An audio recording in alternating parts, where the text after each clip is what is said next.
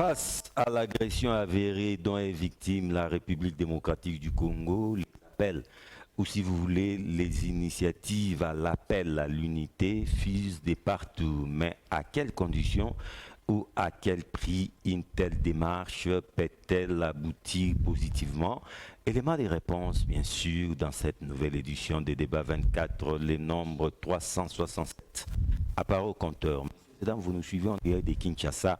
Kinshasa, c'est cette belle capitale de la République démocratique du Congo. Et nous, c'est les reflets de cette ville Kin 24, encore une fois. Bienvenue à tous et à toutes. Comme toujours, je suis honoré, je suis bien entouré, croyez-moi, je suis honoré de la présence d'une dame. Elle s'appelle Maître Magali Dosiki Sansa, inhabituée de cette table. Hein.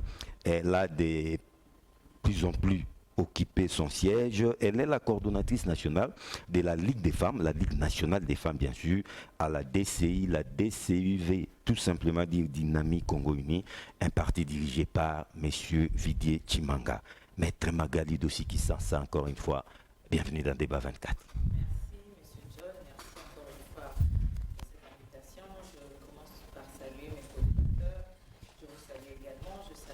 Les nombreux téléspectateurs qui nous regardent. J'aimerais épingler un sujet qui me tient à cœur, un petit biscuit. C'est la destruction méchante que vit le conducteur de la ville de Kinshasa. Il y a un coin, les chauffeurs, général, les chauffeurs, pas seulement les chauffeurs de taxi, mais tous les chauffeurs, je pense que c'est plus les véhicules. Il y a un poste de police de circulation routière qui se trouve entre poids lourd et Ndolo. Ah là, c'est la mort. Hein?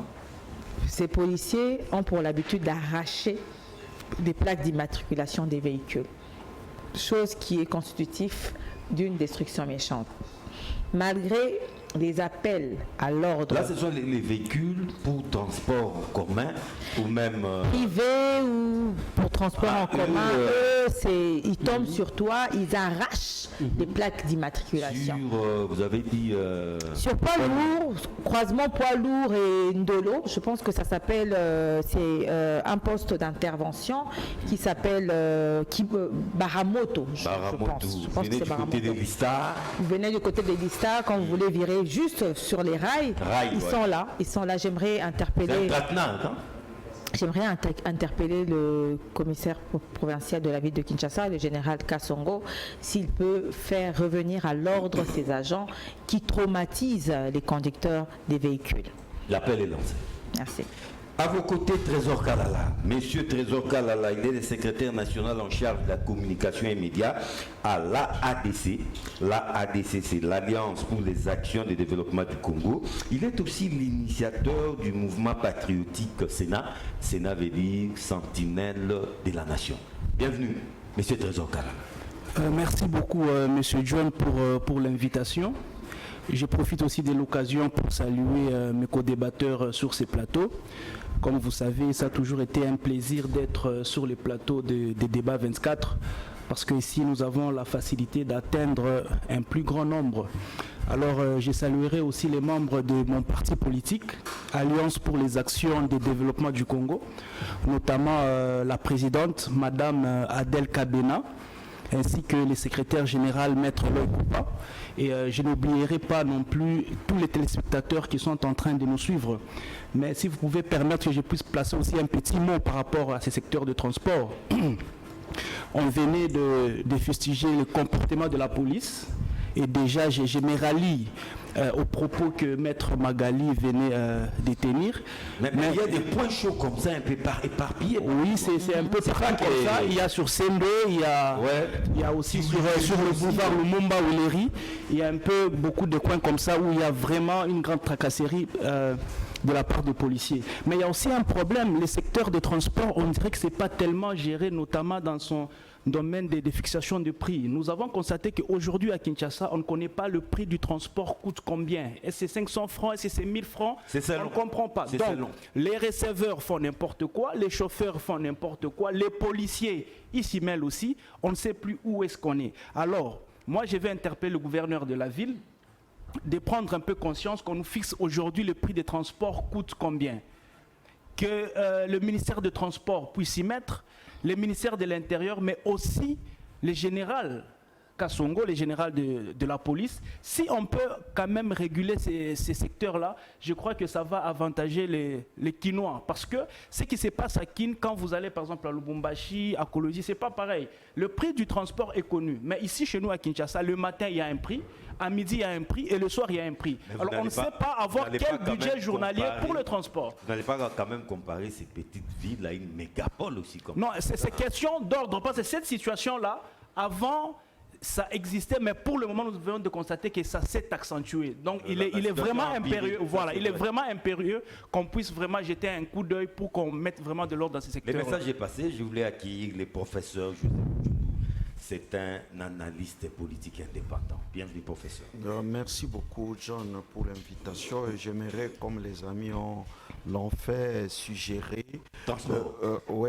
Pas de domaine de route, hein, parce qu'il y a un désordre au niveau de l'échangeur délimité.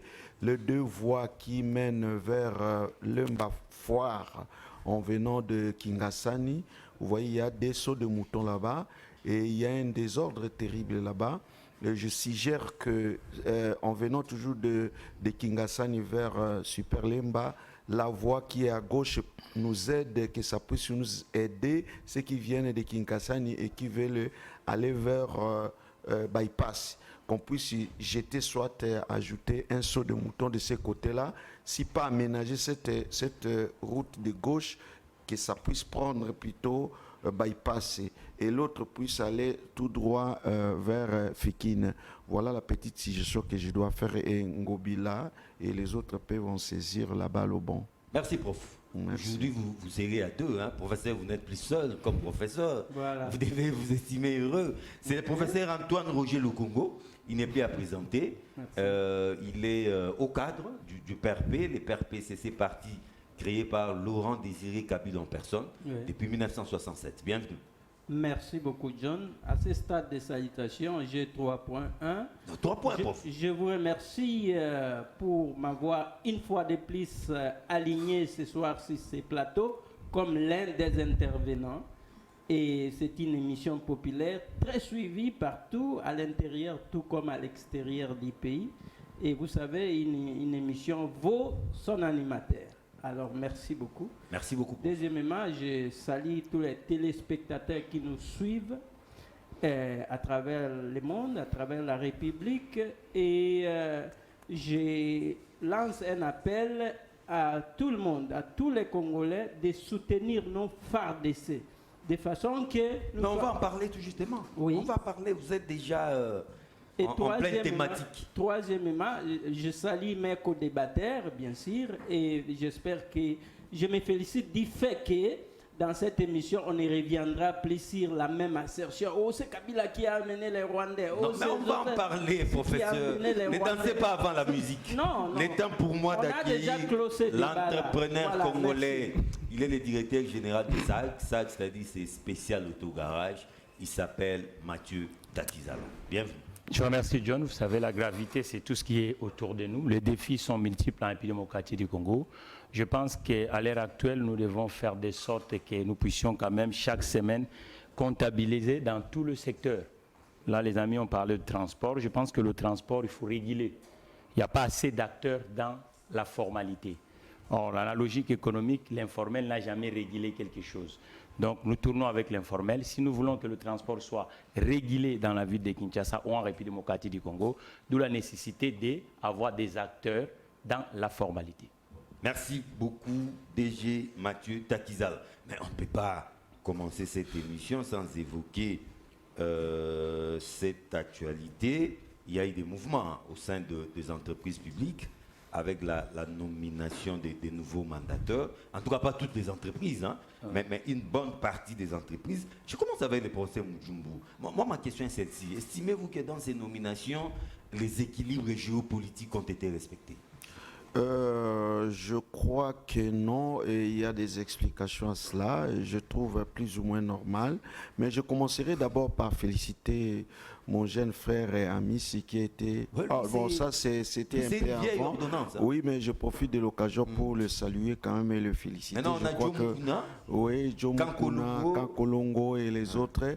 Emmanuel Chibambe. Tout à fait, et tous les nominés, je les souhaite. Et nous de la presse aussi, nous sommes très bien servis. Oui, oui, il y a aussi mon jeune frère Christian Bossembe, Gérald Elenga et tout consort. Ben, je trouve que, Serge Kabungo. tout à fait. Bon, je crois que... Jenit Kaninda.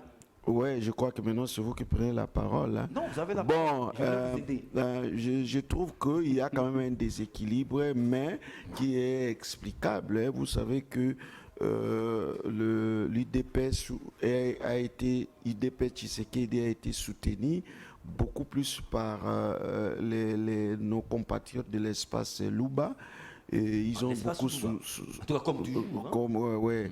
Et je trouve, pour moi, que c'était plus ou moins normal qu'ils puissent se retrouver parce que la pression est forte. Vous avez suivi. Bon, les gens de l'UDPS, pas forcément les Luba. Pas forcément les Luba, mais quand même, il faut reconnaître que dans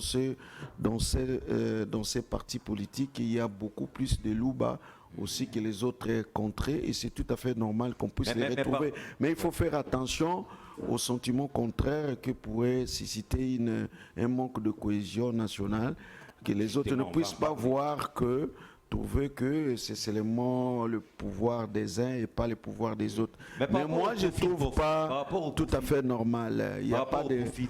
Par rapport au profil, au choix judicieux. Bon, il y a, comme je vous ai dit, les Bossembe, les autres, quand même, ce sont des têtes. En tout cas, nous, du côté de la presse. Oui, rien à dire. Mais... bon, on trouve quand même certaines personnes qui font nommer leurs enfants. 2, 3, 4 enfants, c'est devenu vraiment une affaire de famille. C'est là où ça dégoûte un peu. Il faut quand même avoir le sens d'honneur. Hein. On sait que les enfants peuvent avoir des qualités, mais dans un parti politique où il y a beaucoup de membres, et vous puissiez aligner comme ça 2, 3 de vos enfants, votre beau-frère, votre belle-sœur et tout cela, ça dégoûte vraiment beaucoup. Et je crois que les services de renseignement du chef de l'État doivent vraiment fournir beaucoup d'efforts avant que le président ne puisse y signer, parce que ça n'honore vraiment pas notre pays. C'est un goût amer quand même face à ça, mais du moins nous souhaitons fructueux mandat à tous ceux qui ont été nommés. Maître Magali Dossi Kisasa, des nouvelles nominations. Les équilibres géopolitiques ont été respectés. D'après les profs, pas vraiment. Et un bémol tout de même. Cette histoire-là de nomination familiale, fils-fille, cousin-cousine, beau-frère, belle-sœur, ça ne cessera jamais, visiblement. Je commence d'abord par féliciter les heureux nominés. Ouais. Et en passant, j'aimerais faire une remarque. Vous savez, aujourd'hui, avec les 26 provinces dont regorge notre pays, ce n'est pas toujours évident de pouvoir avoir des représentants de chaque province. À l'époque, c'était un peu plus aisé par rapport au découpage de l'époque. Aujourd'hui, il faut noter aussi, c'est que beaucoup de gens prennent ou disent que certains sont ressortissants du Kasaï alors qu'ils ne le sont pas. J'ai vu sur cette liste de nominés, par exemple, M. Tungila, qu'on a voulu faire passer pour un ressortissant du Kasaï alors qu'il est du Congo central. Il y avait le chancelier Mido qui est du Grand Bandundu, qu'on a voulu aussi faire passer pour un ressortissant du Kasaï. C'est tout ça aussi, on dirait qu'il y a une fixation sur les Kasaïens, mais aussi il faut noter que tous ces nominés ne viennent pas de l'UDPS. Ils viennent de différents partis qui sont dans l'Union sacrée. Et ce sont ces différents partis qui envoient les listes de leurs membres qui doivent être nommés par... mais ces partis, ce sont des autorités morales, les présidents... Oui, mais la plupart de ces partis... Mais c'est là qu'intervient le népotisme. Mais la plupart de ces partis ne sont pas des partis qui sont dirigés par les Luba. Si ces partis étaient dirigés, parce que moi j'aimerais qu'on puisse s'attarder sur le fait que les gens ont l'impression que toutes les nominations de ces derniers temps sont bénéficiaires aux Kassaïens.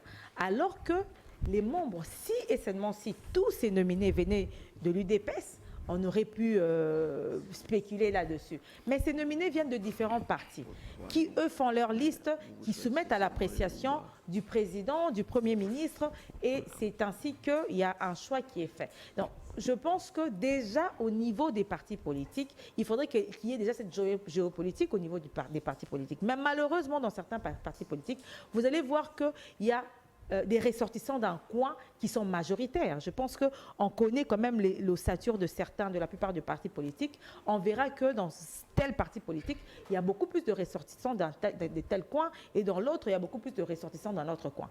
Et puis, il faut voir aussi les compétences. Est-ce que ces compétences viennent de différents ressortissants de différentes provinces? Donc moi, je pense que... Il y a des coins où il n'y a pas de compétences? Non, je ne dis pas qu'il y a des coins où il n'y a pas de compétences. Ouais. Mais je parle des partis politiques, parce qu'on puise dans les partis politiques. J'ai bien souligné ici qu'il y a certains partis politiques qui ont plus de ressortissants d'un coin donné. Par conséquent. Par conséquent, donc lorsqu'il faut faire la liste, c'est malheureusement, il y a une prédominance des gens qui viennent peut-être d'un coin. Mais moi, je pense, en regardant c'était aussi la même chose. Hein? En regardant les nominés, qu'il y a un équilibre géopolitique qui a tant bien que mal pu être respecté. Les népotismes, les fils et filles, les belles-sœurs, les membres de la famille qui ont été promus. Vous savez, bon, ça c'est une cuisine interne d'un parti politique. Je vois que vous êtes en train d'appuyer parce que ces derniers temps... Ça vous dérange. Bon, vous ne voulez pas qu'on en parle? Ça vous gêne? C'est pas que je ne veux pas qu'on en parle, mais je ne sais pas sur quels éléments l'autorité morale ou les dirigeants de ce parti se sont basés pour pouvoir donner les noms de membres de famille de cette autorité morale. Je ne sais pas trop me prononcer.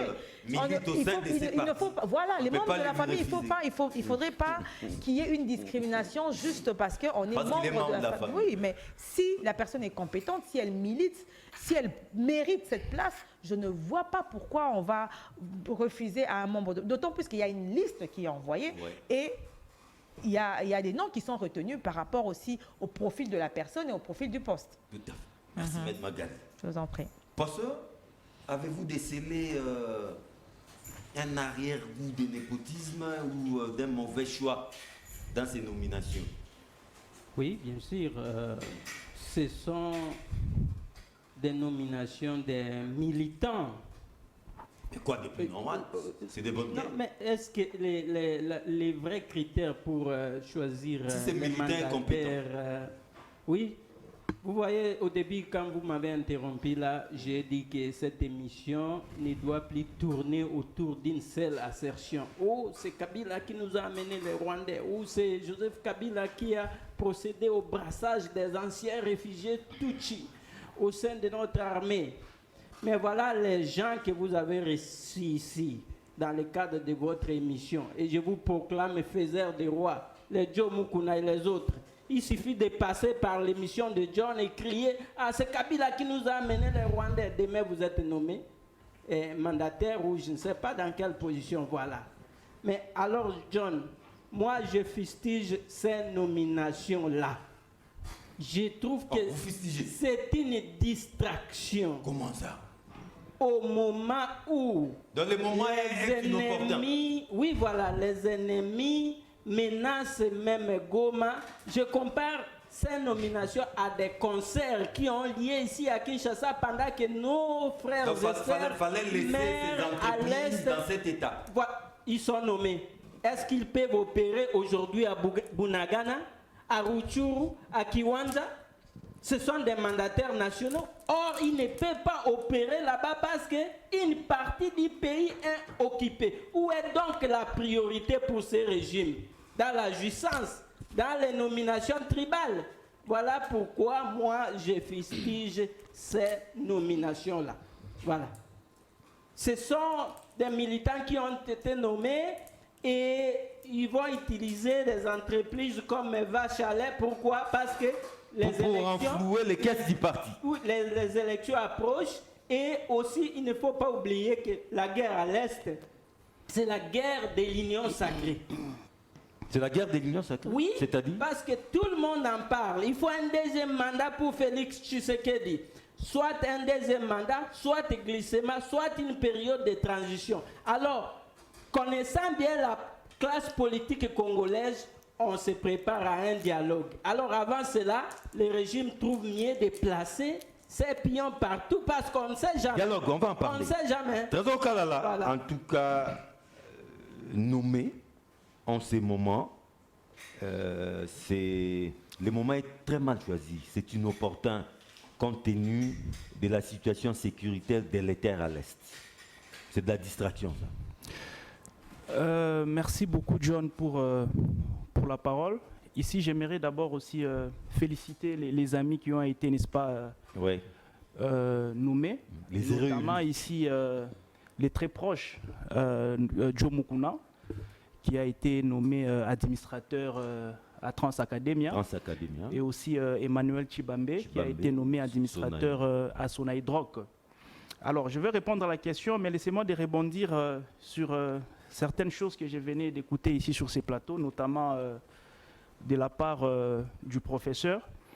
Quand déjà d'entrée des jeux, il a peur que l'on puisse, n'est-ce pas, évoquer ici le principe de lien de cause à effet, dans le sens qu'il ne veut pas qu'on cite, n'est-ce pas, son chef du parti, non, il dit on doit évoluer, Kabila. on doit évoluer. Pendant que nous savons que, quand je dis le principe du lien de cause à effet, c'est-à-dire tout ce qui nous arrive, il y a toujours une source. Chaque rivière a sa source. Donc, il faut ici noter que le mal de ces pays a un nom. Et l'origine de ces mâles-là s'appelle Kabila. On ne peut pas tuer l'histoire, c'est de l'histoire. Et ça restera ainsi inscrit, n'est-ce pas, ou inscrit dans les annales de ces pays. Okay? Donc Kabila, c'est le mal incarné de ces pays. Et tout ce que nous sommes en train de subir aujourd'hui, notamment en matière de sécurité, c'est à cause des Kabila. Et j'ai aussi entendu quelque chose, moi je considère ça c'est vraiment ridicule. Lorsqu'on dit que la guerre à l'Est, c'est entretenue par l'Union sacrée, ou par Tshisekedi carrément. C'est l'affaire des... Moi, je crois que c'est un argument, je suis désolé. C'est vraiment ridicule. On veut en faire un ridicule. prétexte. Non, s'il vous plaît, non, écoutez, cette guerre date aujourd'hui, ça fera bientôt 3 décennies. Ça fera bientôt 3 décennies que nous sommes en train de nous battre, n'est-ce pas, par rapport à cette insécurité. Alors dire aujourd'hui que c'est Tshisekedi qui est à l'origine de ce qui se passe à l'est de la République, j'évite vraiment de gros mots par respect. D'autant plus que nous savons que Tshisekedi a trouvé cette situation et il est en train de se battre, n'est-ce pas, pour mettre fin à ça. Ne donnons pas l'impression que le Congo a commencé à exister avec Félix Tshisekedi. C'est comme si avant le Congo n'existait pas, c'est quand Tshisekedi prend le pouvoir que le Congo commence à exister. Monsieur John, par rapport au fond, n'est-ce pas, de votre question, moi je suis très mal à l'aise lorsque nous abordons cette question-là dans un sens tribal. Okay? Moi ça m'étonne qu'aujourd'hui, à chaque fois qu'il y a nomination, il y a des gens qui vont dans des labos pour commencer à compter, il y a eu combien de Kassaïens qui ont été nommés, comme si Kassaïen n'est pas congolais. Moi je crois que nous devons bannir cet esprit. Pourquoi il faut seulement compter il y a combien de Kassaïens? Pourquoi? Pendant que nous avions eu beaucoup de régimes, notamment 4 régimes qui ont précédé le régime de Tshisekedi, on ne voyait pas ce genre de choses. Pourquoi c'est seulement dans le régime de Tshisekedi que tout le monde, à chaque fois qu'il y a nomination, il faut compter le nombre de Kassaïens? Ça ne va pas. C'est peut-être parce qu'on a des reproches à faire à ces régimes. Écoutez, s'il faut aller dans ce sens-là, le régime passé, je crois que je l'ai dit le vendredi antérieur sur ces plateaux, cette histoire-là, on ne peut pas mettre ça sur le dos de Tshisekedi. Nous avons vu dans ces pays, où tu vas dans une entreprise, de la sentinelle au DG, tout le monde parle swahili. Tout le monde est dans le même espace. On a vu même jusqu'à aujourd'hui, aller à la fonction publique, c'est les swahili qui se parlent à la fonction publique. Jusqu'à aujourd'hui. Les gens parlent en Tutekoré, à Lubumbashi, à Goma ou peut-être à Kolwezi. Alors que tu es à Kinshasa, les swahili se parlent partout. On a eu des cabinets, quand tu arrives, de protocole au ministre, tout le monde parle swahili. Mais on n'a pas vu des gens crier. Ici à Kinshasa, il y a des gens qui ont commencé à parler swahili pendant qu'ils n'ont jamais été à l'est de la République. La fois dernière, nous étions ici avec Maître Magali. Elle a essayé de glisser quelques mots en swahili là-bas. Je dis, mais où est-ce que tu as appris les swahili? Elle a dit, non, nous avions été dirigés pendant 18 ans par les swahili. Et voilà que je peux parler quelques mots en swahili. Mais on ne les voit pas avec Tshisekedi dans ces régimes. Donc moi, je crois que les Congolais doivent s'unir. moi je suis très mal à l'aise. Et je suis même dégoûté à chaque fois qu'il y a une nomination. Vous voyez, il y a des gens qui vont dans les labos pour compter il y a combien de Kassaïens. Seulement, il y a combien de Kassaïens. Pourquoi ça? Il y a eu même des gens qui se sont trompés. On a eu à nommer dans l'armée le général Chiwewe comme chef d'état-major général. J'ai vu déjà les réseaux exploser. C'est un Kassaïen, c'est un Kassaïen. Mais quand on entre dans le fond, on voit que c'est un Lualabé. Et les débats. Et ils se sont tués. Voilà. Maître Magali venait de relever quelques points ici. Il y a des gens, ça a explosé dans les réseaux sociaux, non, sont des Kassaïens. Mais quand on vérifie, ce n'était pas des Kassaïens. C'est totalement ridicule. Ridicule, voulais-je dire, ce genre de débat. Tous les Moutombo et les Chi ne sont pas forcément Kassaïens. Non, mais il y a les Moulumba Kassaïens. Nous avons Kinke Mouloumbele du Bandundu. Ce n'est pas un Kassaïen. Il y a les Kayembe. Israël Moutombo est de. Non, mais vous avez votre ami Kayembe, je ne sais pas, Kayembe qui fut à l'RTGA. Oui. On croit que c'est un Kassaïen, il n'est pas Kassaïen, il est de Bandundu. Donc, il faudrait pas. Jean-Pierre, il n'est pas Kassaïen. Vous voyez. Donc, moi, je crois, nous devons être unis autour de la nation. Et je suis très mal à l'aise comment toutes les tribus peuvent se focaliser sur une tribu seulement pour commencer à vouloir savoir pourquoi seulement eux. Moi, je crois qu'il faut que nous soyons unis autour de la nation et bannir ces débats ridicules. Vous êtes un entrepreneur, hein? Est-ce un choix judicieux? Comment avez-vous trouvé les profils de ces mandataires? Bon, d'abord, parmi les amis qui ont été nommés, il y en a beaucoup, on se connaît personnellement, mais il faut qu'on comprenne que la gestion des crises est différente à la gestion quand la mer est calme. Et la gestion d'entreprise est différente. Ce n'est pas la gestion administrative. Nous devons comprendre d'abord les entreprises que nous nommons les gens, 3/4 sont en difficulté. Ils ne produisent rien. Quand vous voyez même le Mirail à l'heure actuelle... Ce sont des canards boiteux. Oui, la plupart de ces entreprises sont en difficulté. Donc si vous comptez le nombre des impayements de salaire, vous allez se poser des vrais questionnements. Et qu'une entreprise en difficulté, on met un manager aguerri. Tel n'est pas le cas? Non, je ne sais pas moi qui nomme, mais moi je suis un manager. Non, tel n'est pas le cas. Non, mais je dis, ironie de l'histoire, ça se fait que je suis un entrepreneur. Je vous dis qu'une entreprise en plan social, on ne confie pas un débutant dans la gestion entrepreneuriale. On ne confie pas un militant? Non, moi je n'ai pas dit ça, ça vous engage. Non, ça c'est en échange. Ça vous engage. Je crois, je félicite le président Sarkozy, en période de crise, 2007. Une entreprise d'État, on appelle Alstom, qui est le fabricant de trains, qui était en difficulté, aucun entrepreneur du bord privé pouvait acheter cette entreprise. Parce qu'on n'achète pas quelque chose qui ne vit pas. Et qu'est-ce qu'il fait? Il nationalise l'entreprise pour 9 mois. On fait même, nous les économistes, le planche à billets pour permettre à cette entreprise de voir le bon jour. Et après, on trouve un repreneur privé. Aujourd'hui, depuis 1974, organisations. Mais nous continuons toujours. Nous sommes en économie de marché. Citez-moi 15 entreprises congolaises, même du côté étatique, qui gagnent même de marché au niveau de Congo-Brazzaville. Il n'y en a pas assez. Il n'y en a pas assez. Donc nous devons maintenant devenir rationnels. Regardez le président, qui était juriste même, Barack Obama. 2007, crise de liquidité aux États-Unis. Qu'est-ce que Barack Obama a fait? Il abandonne une banque stratégiquement pour soutenir l'économie productive autour de l'industrie de l'automobile. Les entreprises, il ne suffit pas de mettre des managers.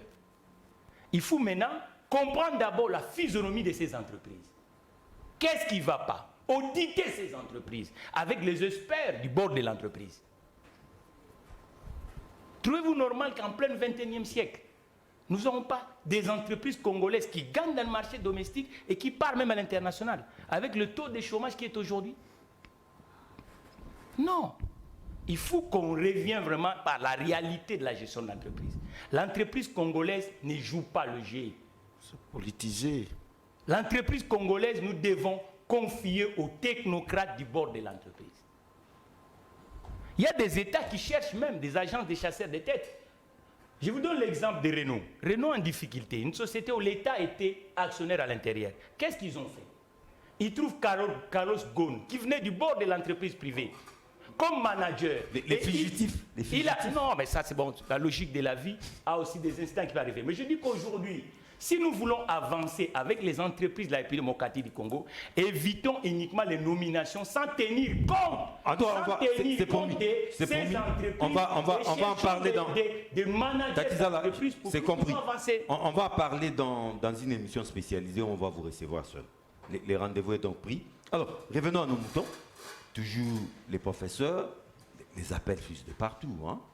À l'unisson, nous devons tous regarder dans la même direction pour faire face à cet ennemi commun, à cette nébuleuse appelée M23. Et nous savons qui est derrière ces mouvements-là. Mais professeur, à quel prix? À quelles conditions? Pensez-vous qu'un tel appel serait plutôt une sorte de prêche dans le désert en ce moment ici? Merci beaucoup, John, pour votre question. Mais avant de répondre à votre question, j'aimerais un peu revenir à ce que mon jeune frère a parlé ici. Oui. Il s'appelle Trésor Kalala. Trésor Kalala, que j'aime très bien. Et il est parmi les jeunes dynamiques qu'on retrouve maintenant là. Mais je voudrais seulement lui dire que cette situation de la tribalisation, de la régionalisation du portefeuille de l'État a été plusieurs fois décriée ici du temps de Kabila fils. On en a parlé plusieurs fois ici. Dans cette émission même, on a décrié quand il y avait des nominations, on voyait qu'il y avait beaucoup plus des swahiliphones que les autres tribus. Il ne faut pas négliger certaines choses quand on vous dit. Hein, la politique, ce n'est pas une science-fiction. Il faut tenir compte de la réalité sur terrain. On sait que quand nous allons voter, pourquoi Tshisekedi a été élu presque à 90%, Félix Tshisekedi dans l'espace Kassai? C'est parce que... Il faut tenir compte des réalités sociologiques. Oui, des réalités sociologiques. Il ne faut pas négliger ça si on veut faire de la bonne politique. La géopolitique, il faut en tenir compte aussi quand on fait certaines choses. Les sentiments, nous vivons dans la société, dans la communauté, nous voyons ce qu'on fait. Il ne faut pas être seulement jallélouiste. Je m'excuse de le dire, je ne vois pas en vous ça, mais je donne conseil aux autres. Il faut donner des bons conseils à notre président pour qu'il n'échoue pas là où les précédents ont échoué. J'ai dit ici que je connais la pression immense qui est derrière notre président actuellement, parce qu'il a passé 2 ans de gouvernance avec...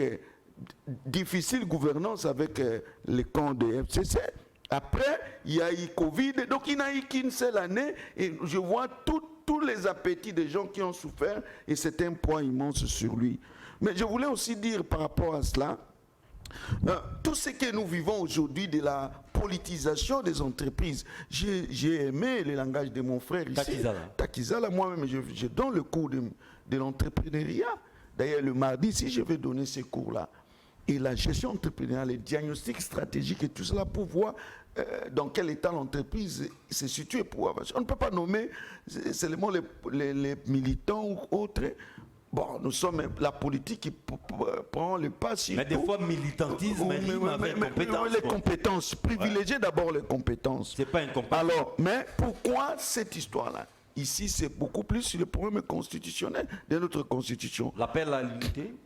Oui, j'y reviens rapidement là, je vais m'étendre là-dessus. Donc là, il faut modifier l'article 78 de la Constitution. Il faut laisser au président de la République de nommer le Premier ministre de son choix. Il ne faut pas nommer selon la majorité. Et les partis politiques ils prennent le président de la République en otage, si bien qu'ils imposent leurs enfants et tout ça là. Bon, le président est obligé de les dorloter. Donc, il faut laisser là, le président trouvera la nécessité de coaliser, de former, de chercher une majorité par nécessité, parce que pour faire passer ces lois et les programmes, il faut qu'il y ait majorité. Mais imposer comme ça dans l'article 78, ce n'est pas bien. Bon, je reviens à votre question. Vous savez que le plus grand défi qu'on peut faire à une nation, à un peuple, c'est agresser ces peuples-là. Et la situation que nous avons vécue, et malheureusement, nous ne cessons de revivre cela. Et malheureusement encore, nous sommes agressés par un petit pays.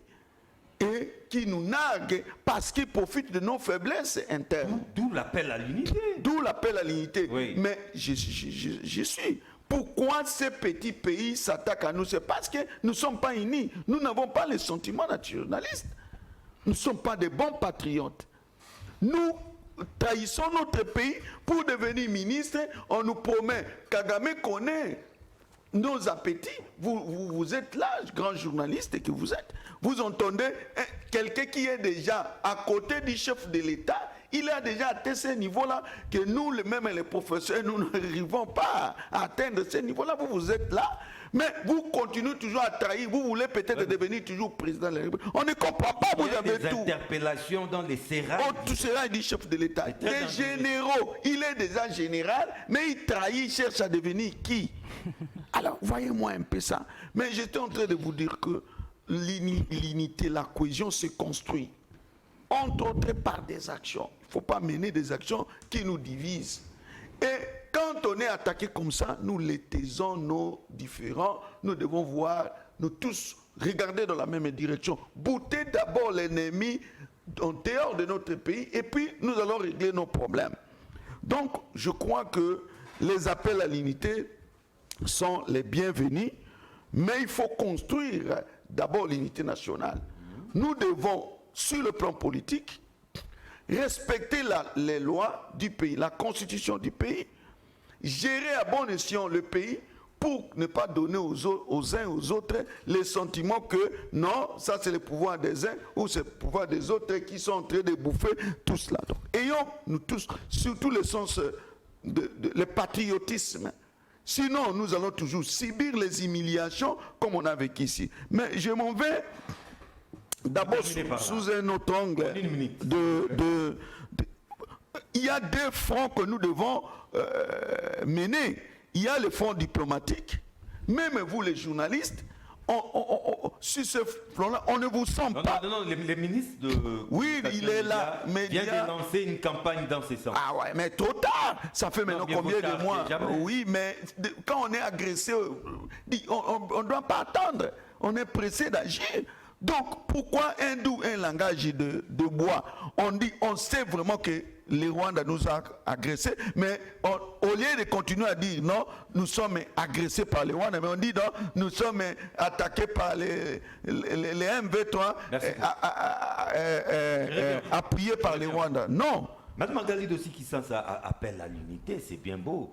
Mais comment répondre à cet appel au moment où nous assistons à une sorte de musellement de l'opposition à l'interne, aux arrestations arbitraires, parce que vous êtes de l'opposition, on ne va pas se mettre à citer des noms ici de ces Congolais opposants qui sont dans les géoles ici à Makala, mais comment alors aboutir à l'unité nationale dans ces contextes-là? Avant de répondre à votre question, j'aimerais revenir sur une affirmation du professeur Lokondo qui vient d'affirmer que comme quoi... Le Congo. Oui, le Congo. C'est que j'ai dit le Congo. Non, le Congo. Le Congo. Non, le Même Congo. moi j'ai entendu aussi le Congo. Non, vous avez mal entendu. Ah, okay. J'ai parlé de le Congo. Paix à son âme. Le professeur le Congo qui vient d'affirmer que pour être nominé, pour être nommé, il faut passer sur le plateau de télé et critiquer la gestion calamiteuse. Il faut faire des bruits comme dans des bails. Mais ça, c'est un gros mensonge. Je ne pense pas, et même la population qui nous suit, en voyant les noms qui figurent sur cette ordonnance, en se rendant compte que la majorité des gens qui y figurent ne sont pas forcément les habitués des plateaux, qui ne viennent pas pour parler de la gestion antérieure de Kabila. Là, il faut essayer un peu de dire la vérité, de ne pas essayer de mentir à la population, cette population que nous respectons. Pour revenir à votre question, vous savez, l'unité des Congolais, c'est quelque chose qui n'a pas de prix. Par rapport à la situation que nous sommes en train de traverser, je pense que la population a compris, mais il y a certains leaders politiques qui ont du mal à comprendre. Et c'est ce qui est vraiment regrettable. Que cette population qui est derrière certains leaders, la population a su comprendre qu'il faut s'unir autour du chef de l'État et des FARDC. Même ceux qui n'aiment pas le président ont compris que c'est lui qui est le président. Ne cherchez à ce qu'il puisse échouer, c'est-à-dire on ouvre la porte à l'agression rwandaise pour que demain ce pays soit balkanisé et que ce pays soit géré par les Rwandais. C'est que la population ne veut pas. Mais malheureusement, certains dirigeants politiques sont en train de poser des conditions pour pouvoir répondre à l'appel du chef de l'État. Le chef de l'État a appelé tout Congolais. Il n'a pas seulement appelé des politiciens. Ces politiciens sont avant tout des Congolais. Ils sont d'abord avant tout des citoyens de ce pays. Et ils ont le devoir de protéger ce pays. Ils ont le devoir de s'unir autour du commandant suprême, autour du garant de la nation et derrière les FARDC. Vous avez parlé de, je pense que vous faites allusion de ce que les opposants disent, il faut décrisper, il y a l'espace politique. Mais est-ce que vous savez qu'aujourd'hui, et je sais que vous le savez, même la population... C'est les discours que vous teniez à l'endroit des candidats. Mais écoutez, aujourd'hui, nous, sous ce régime, il n'y a pas de prisonniers politiques. Ah bon? Ce qui n'était pas le cas dans le régime passé. Qui a été arrêté par rapport à ses opinions? Apparemment, vous ne connaissez pas Jimmy Kitenge. Non, mais Jimmy Kitenge... Attendez, monsieur John, soyons quand même sérieux. Jimmy Kitenge n'a pas été arrêté par rapport à ses opinions. Jimmy Kitenge a été arrêté par rapport à ce qu'il a eu à dire qui est constitutif d'une infraction de faux bruit. Il est passé par les... Je n'aimerais pas y revenir, je pense qu'on en a parlé. Même lui, oui. Il a eu à tenir des propos qui allaient dans le sens de violer la loi. Il ne faut pas, écoutez, monsieur John, il ne faut pas ici qu'on vienne parler des individus lorsqu'on parle de la République. Donc, ces individus ont énervé la loi et ce n'est que normal qu'ils soient là où ils sont aujourd'hui. Oui, on est dans un état de droit où le droit est en train de primer. Il ne faudrait pas que, parce que, au nom de la cohésion nationale ou au nom de l'unité, qu'on puisse fermer les yeux à certaines infractions. D'autant plus que le président, c'est aussi l'organe exécutif qui ne va pas commencer à donner des injonctions, à faire des injonctions sur le pouvoir judiciaire. Nous avons entendu le président lui-même, il a eu à dire, il a eu à regretter le fait que encore aujourd'hui, il existe de moutons noirs du côté du pouvoir judiciaire.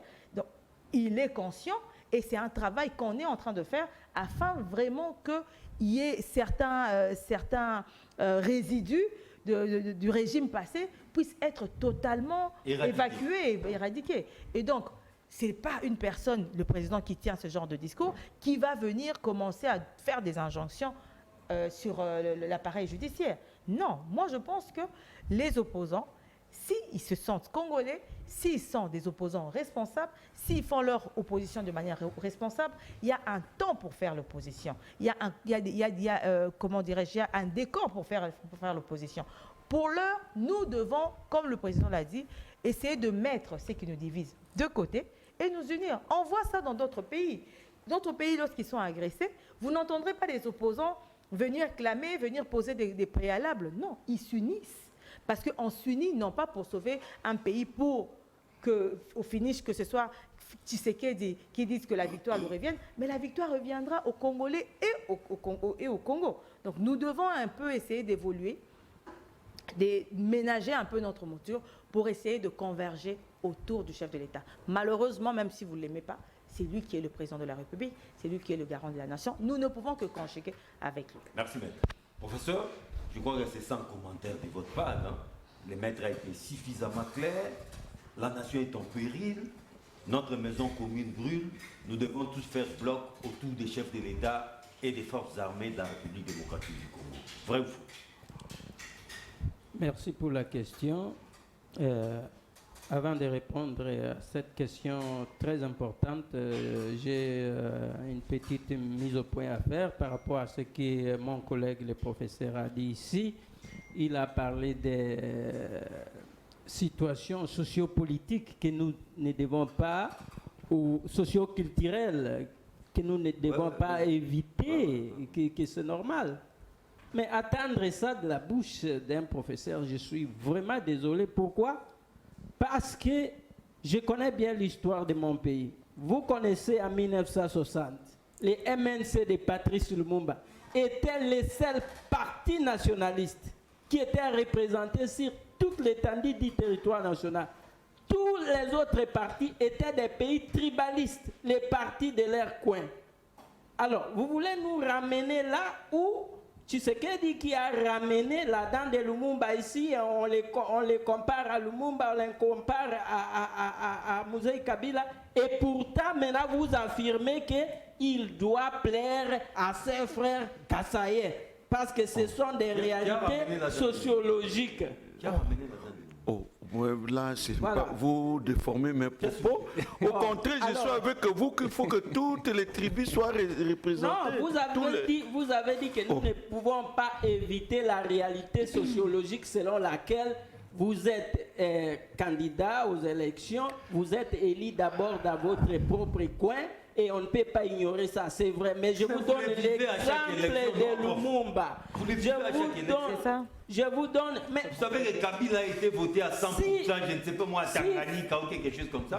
Ça, vous l'oubliez. Si Félix Tshisekedi n'est pas capable de s'élever au-dessus de la mêlée comme Patrice Lumumba, alors je n'ai pas espoir pour ce pays. On doit continuer comme ça dans cette envergure tribaliste. C'est ce que vous prenez, John? C'est ce que vous prenez? Vous ne comprenez pas. Voilà. C'est ce que vous prenez. Pas ça. Oui, je suis vraiment désolé. Ce sont des réalités qui nous collent à la peau. Ça fait partie de notre culture même. C'est comme ça. Mais ce sont des réalités qui nous affaiblissent. Le est élu d'abord massivement dans son coin des provenances. Lumumba a déjà dit dans son discours du 30 juin. Qu'est-ce qu'il a dit? Il n'avait pas d'adversaire. Mais Lumumba, son fief politique, c'était à Kisangani, chez moi, pas chez lui au Sankuru. Oui. Qu'est-ce qu'il a dit dans son discours du 30 juin? Ne m'affaiblissez pas avec le tribalisme. Voilà un leader politique qui se lève. Mais vous voyez, même au cabinet du président de la République, 80% ce sont des Kassaye. Comment allez-vous expliquer ses amis qui étaient avec lui à Bruxelles, tout ça. Comment allez-vous expliquer le fait que Joseph Kabila a été élu à 100% au Tanganyika? Joseph Kabila a été élu à 100% au Tanganyika. Ouais. C'est avéré. Il a été aussi élu à la province orientale, presque à 80%. Non, moi je parle de Tanganyika, parce qu'il est de là. Il est de là.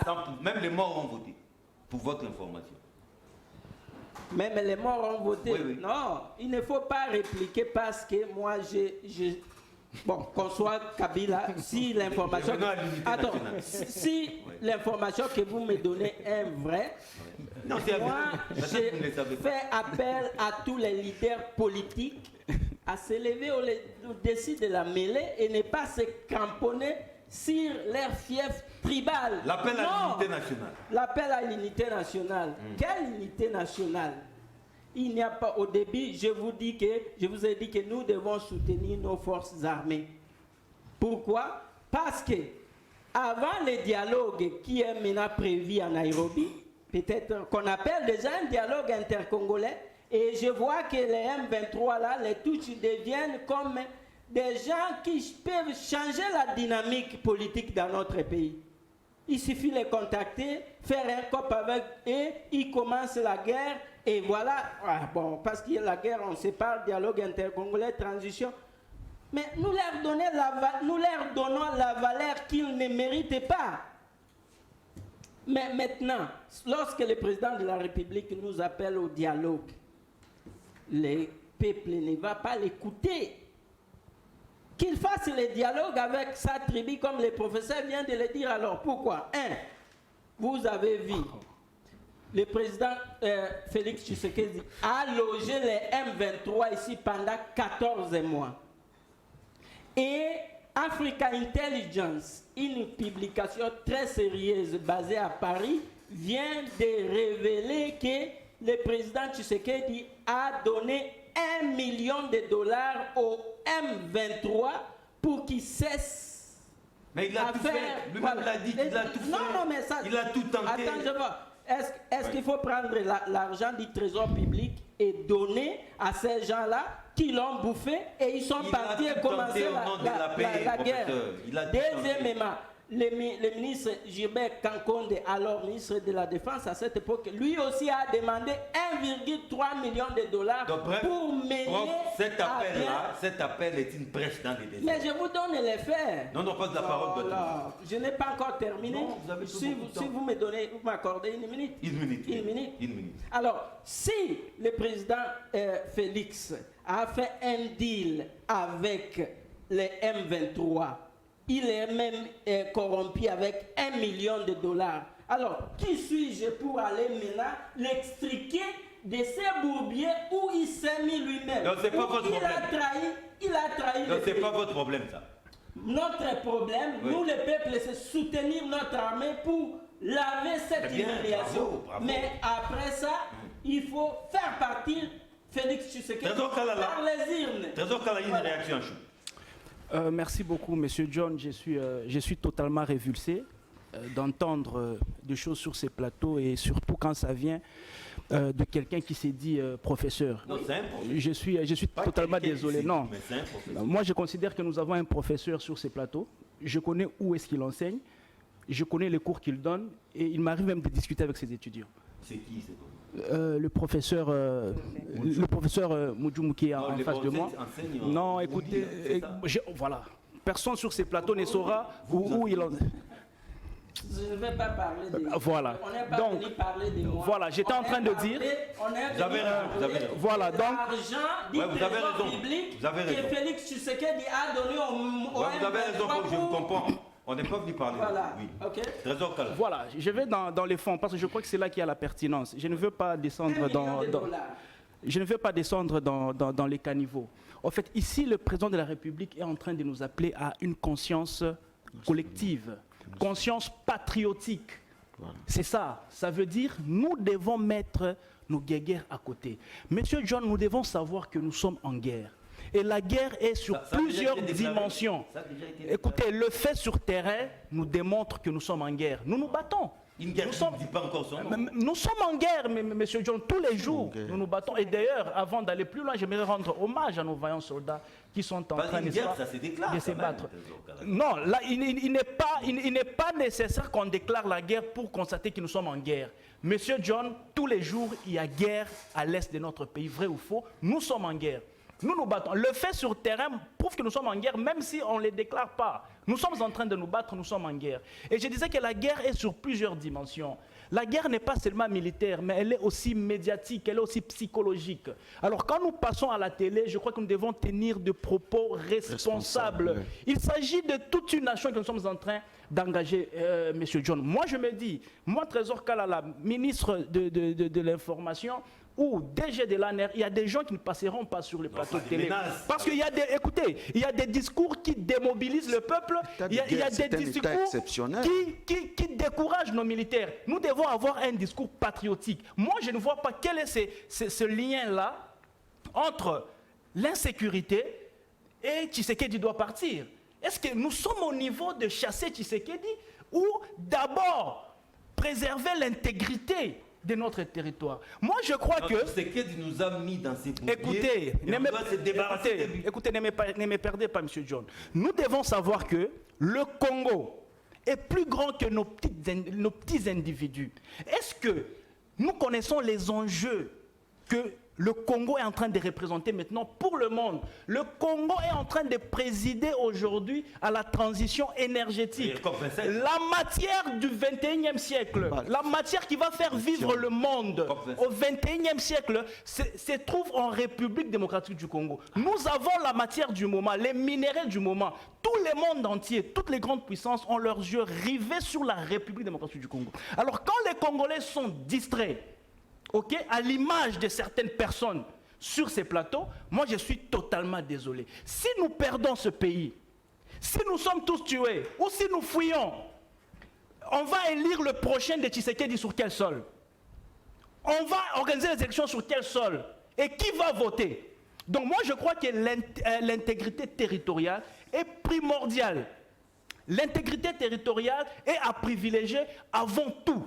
Moi je crois pour le moment, tous les Congolais doivent être réunis, mobilisés derrière le président de la République, qui est le commandant suprême des forces armées, et en second lieu, être réunis appuyer, n'est-ce pas, nos phares d'essai qui sont en train de se battre. Si aujourd'hui nous devons rester dans de petits débats des élections, de Tshisekedi, moi je me dis, un Congolais normal qui maîtrise l'histoire de ces pays, même celui qui le maîtrise moyennement, ne peut pas dire que la situation dans laquelle nous sommes aujourd'hui, la situation sécuritaire, est venue avec Tshisekedi. Et je suis étonné.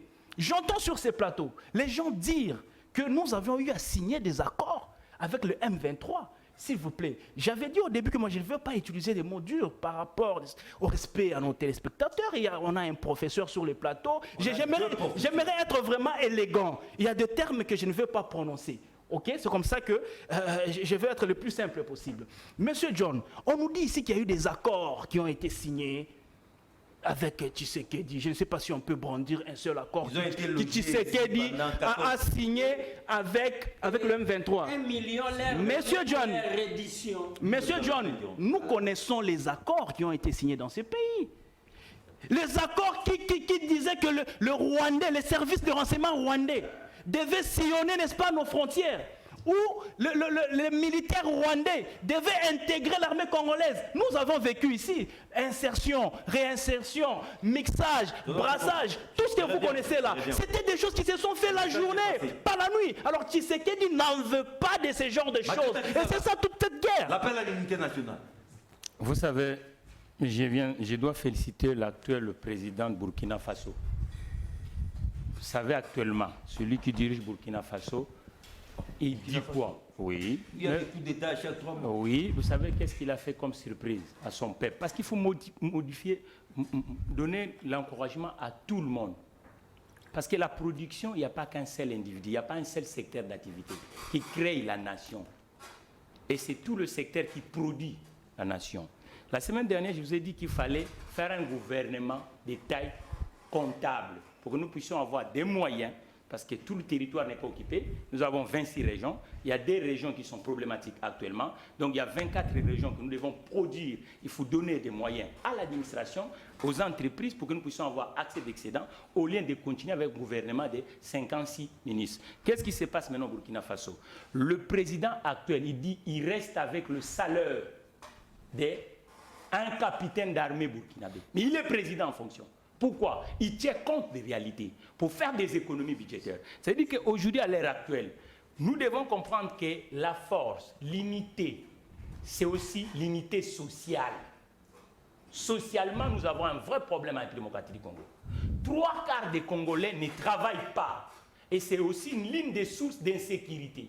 Quand vous sillonnez même à Kinshasa actuellement, vous allez voir qu'il y a des endroits de non-droit. Pourquoi? 3/4 de ces coins, les gens ne bossent pas dans la normalité des choses. D'où la nécessité d'organiser. Vous savez, je viens de faire 36 mois à Kinshasa. J'ai senti que le secteur privé a un vrai problème et que les petites et moyennes entreprises sont oubliées en République démocratique du Congo. Or, on ne peut pas conjuguer un système économique sans les acteurs. Et on a mis ça, défi FDC. Pour réunir d'abord les acteurs qui vont donner des moyens. Parce qu'un État, c'est ça l'unité. L'unité. Oui, mais l'unité autour de valeurs, on doit créer. La guerre, on fait avec des moyens, chers compatriotes. La guerre, si on n'a pas de moyens, on ne va pas arriver. Si nous ne sommes pas organisés au niveau de l'administration, ça sera extrêmement difficile. D'où la nécessité aujourd'hui que nous sommes en période, il y a un conflit à l'Est, nous avons des problèmes en République démocratique du Congo. Il faut maintenant qu'on essaye de s'organiser. Il y a un problème d'organisation en République démocratique du Congo. Ça veut dire que chacun doit contribuer. Parce qu'il y a trop de gens qui ne contribuent pas. Et on ne peut pas créer une autoroute où tout le monde croit que pour réussir un pays démocratique du Congo, il faut être par nomination. On doit aussi donner aux gens le cap en disant être agriculteur en pays démocratique du Congo, vous pouvez réussir. Il n'y a pas un pays au monde où les emplois se créent à 90% autour de l'État. Ça n'existe pas. Et l'économie dans tous les pays puissants, c'est les petites et moyennes entreprises. En France, c'est à l'auteur de 84%. En République démocratique du Congo, l'économie est à 90% dans l'informel. Et cela fragilise la République démocratique du Congo. Vous savez que quand vous prenez tous les grands Est, la production congolaise du côté nord ne passe plus là-bas. Nous enrichissons les autres. Donc, nous allons attaquer ceux qui occupent le territoire, mais nous allons attaquer aussi du côté de l'économie. Ça signifie qu'il faut organiser les petites et moyennes entreprises en République démocratique du Congo. D'où, à ces moments-là, j'ai dit à mes compatriotes entrepreneurs de rejoindre ce mouvement pour que nous puissions permettre à ce pays d'avoir un socle. Chaque dirigeant, quand il se balade au monde, il tourne avec des entreprises de son État. Et ce n'est pas uniquement les entreprises du côté public. Parce que, vous voyez pourquoi la SNEL est faible? Parce que la SNEL se contacte uniquement des particuliers. Le portefeuille professionnel est faible. Donc aujourd'hui, nous devons s'organiser. Il ne faut pas qu'on mette uniquement Zoom. C'est vrai, il y a une insécurité. Il faut qu'on regarde aussi que le pays doit... Le problème est aussi économique. Le problème est économique. Le problème est économique. Merci beaucoup. Professeur Mudjundu, je reviens à vous pour clôturer cette émission. Vous avez vraiment 60 secondes juste pour placer les mots de la fin. C'est votre conclusion. Oui, merci beaucoup. J'ai senti un peu de confusion dans la tête de mon collègue, professeur, parce qu'il a tout confondu. J'étais en train de répliquer au dire de mon jeune frère qui parlait de la non-nécessité de tenir compte des réalités socio-politiques du pays. Et j'ai dit que moi, je ne soutenais pas le fait qu'on puisse nommer, être élu que dans votre contrée. Mais j'ai dit, il y a des réalités dans notre pays. Il faut en tenir compte et chercher à trouver des solutions pour qu'on quitte cet état des choses. Et actuellement, même si vous êtes voté dans un coin, il faut tenir compte du fait qu'il y a plusieurs ethnies, il y a plusieurs sensibilités sociologique dans notre pays et dans votre pouvoir, il faut tenir compte de ces sensibilités-là. Être nationaliste, c'est-à-dire être comme Lumumba, c'est ce que j'avais dit, n'est-ce pas? Même si vous êtes voté dans un coin. Alors, mes chers amis, j'étais en train de vous dire que, normalement, au début, quand on aborde le problème de la sécurité de notre pays, on devait commencer même par une minute de silence aux non-vaillants combattants qui sont en train de tomber.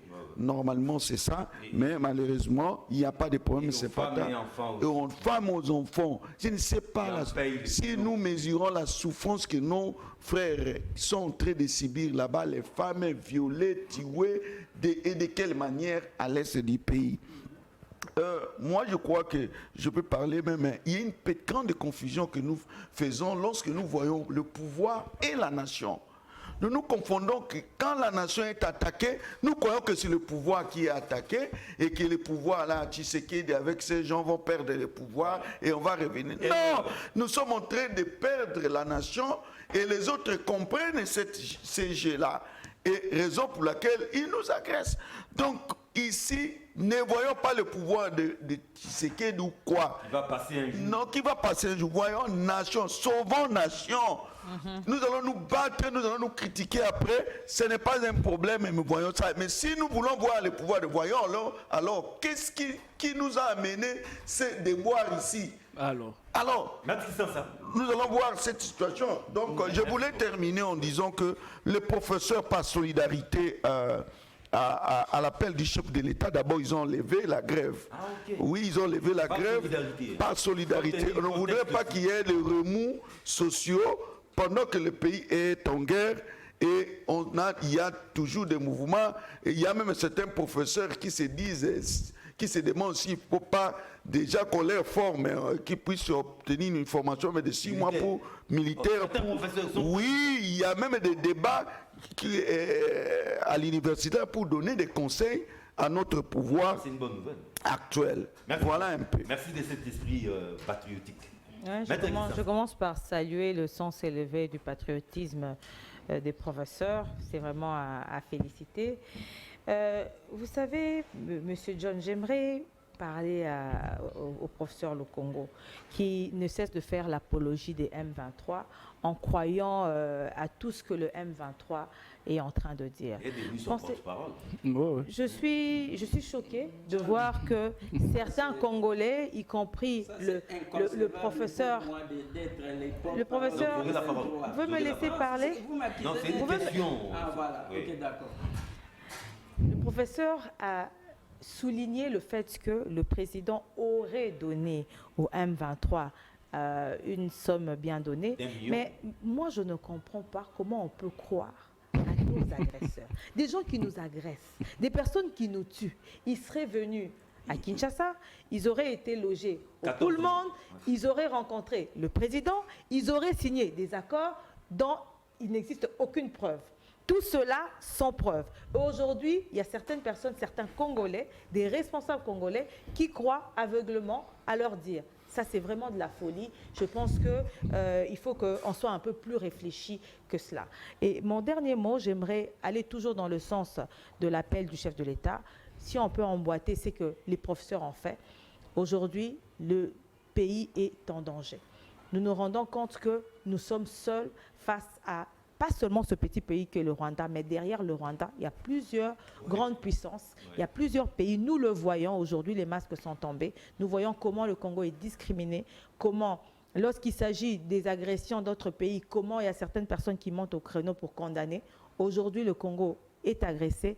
Peu de voix se lèvent pour aller dans le sens de condamner l'agression du Congo. Voilà pourquoi j'aimerais encore ici appeler les jeunes Congolais, les jeunes gens, de pouvoir s'enrôler massivement dans l'armée. Parce que nous comptons sur vous, parce que vous avez encore cette jeunesse-là, vous avez cette vigueur, le pays a besoin de vous. Aussi, contrairement à ce que le professeur Le Congo a dit, il est derrière les FARDC, mais non derrière le président. C'est vraiment d'une absurdité. On ne peut pas être derrière les FARDC sans être derrière le commandant suprême des FARDC. Isoler les commandants. C'est impossible, qui est le président de la République. Merci, M. Doussi. Merci beaucoup. Professeur Le Congo.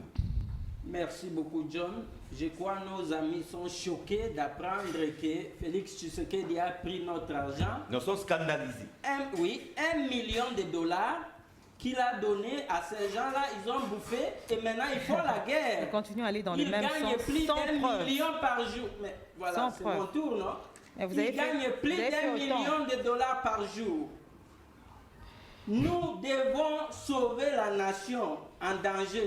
Les évêques l'ont dit. Je suis tout à fait d'accord. La nation est en danger. Mais nous ne pouvons pas couvrir la haute trahison. Qui a trahi? Félix Tshisekedi lui-même a dit « Cessez de vous battre pour des morceaux de terre.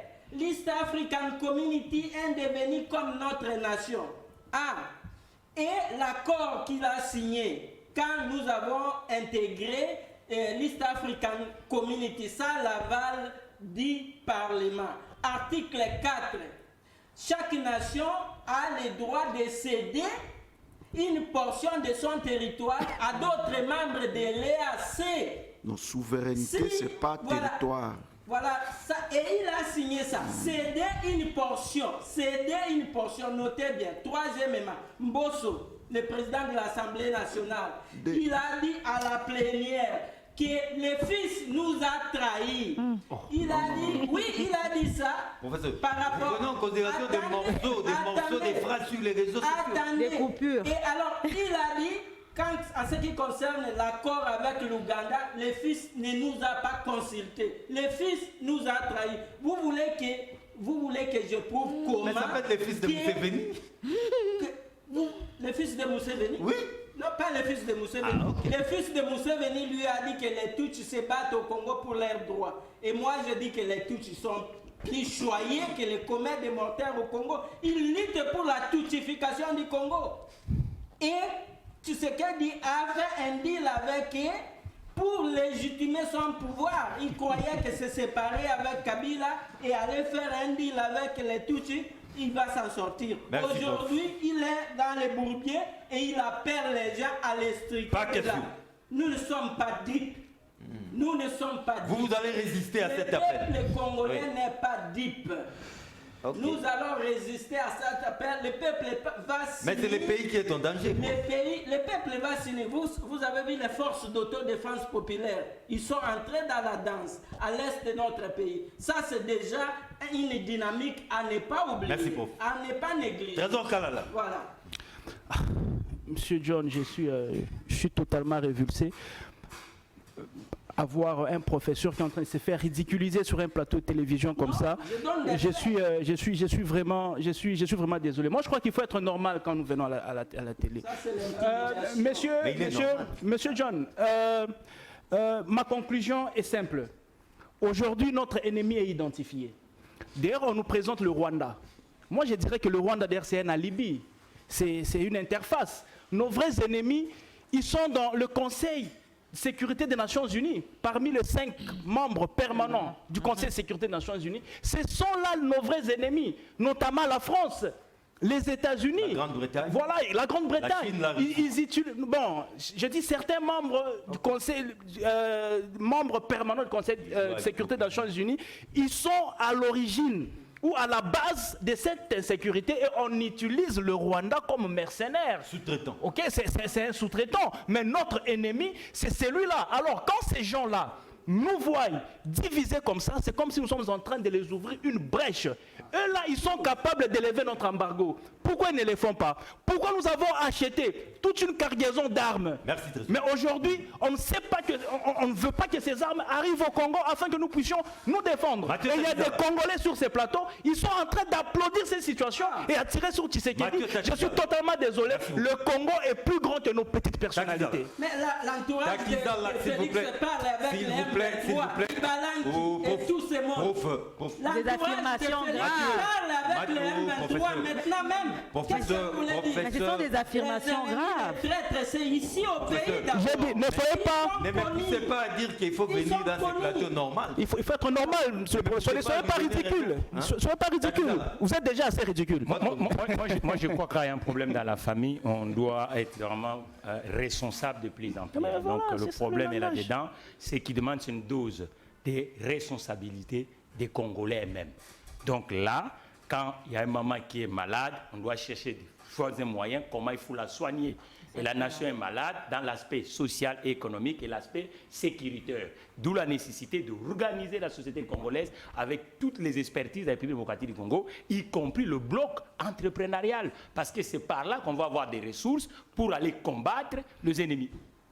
Je réitère mes remerciements, professeur José Mujumbu, analyste politique indépendant. Merci, c'était un honneur. Merci beaucoup. Merci également au professeur Antoine Roger Le Congo du PRP. Merci beaucoup.